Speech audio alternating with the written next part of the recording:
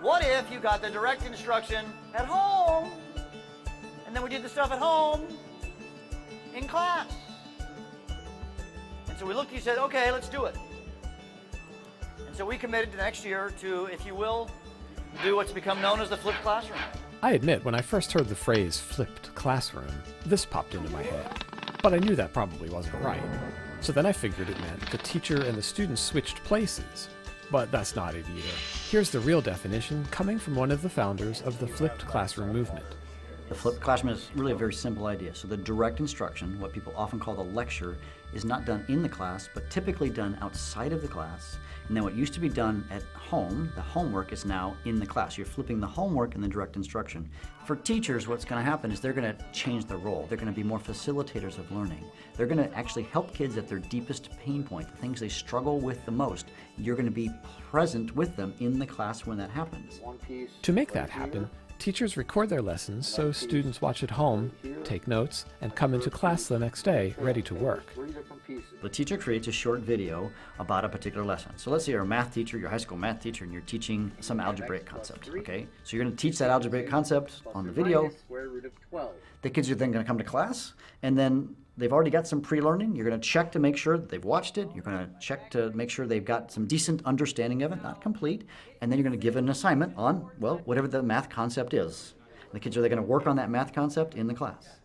Now, I want to also encourage you, teachers, to not just have them just like do a worksheet and a video, but also to have some kind of an activity that takes it deeper, that's more engaging, some kind of a project or some kind of an inquiry activity or whatever. I mean, it's still okay for your students to, do problems and whatever, that's okay, but don't just do that. Back to the part about recording lessons. Turns out it doesn't require hiring Scorsese or even a camera crew.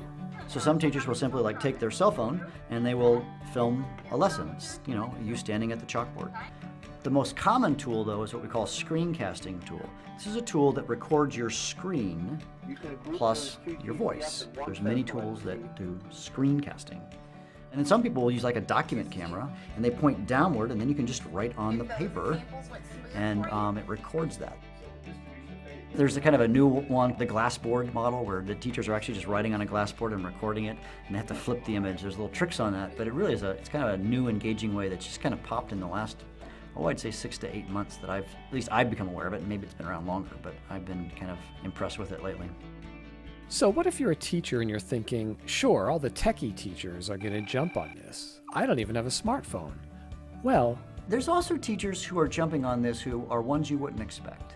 They're teachers who are good teachers who realize that, the world's changed.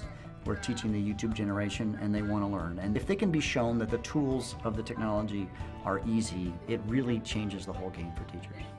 One piece of advice I have for administrators who are trying to get a flipped program is they need to get the right group of teachers to pilot it. Don't just think, I want the young techie teachers. No. We need that experienced teacher who's been there for 20 years, who's afraid of technology. Get him, get her on board, and you'll get your program up and running a lot faster.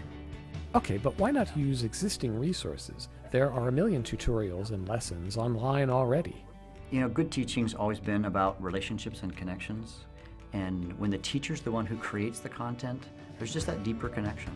You can use other people's content, but I found best practices is when the teacher's the creator of the content. Even if the production value isn't super great and there's a mistake and the nose is cut off, it's their teacher with her voice speaking to her kids.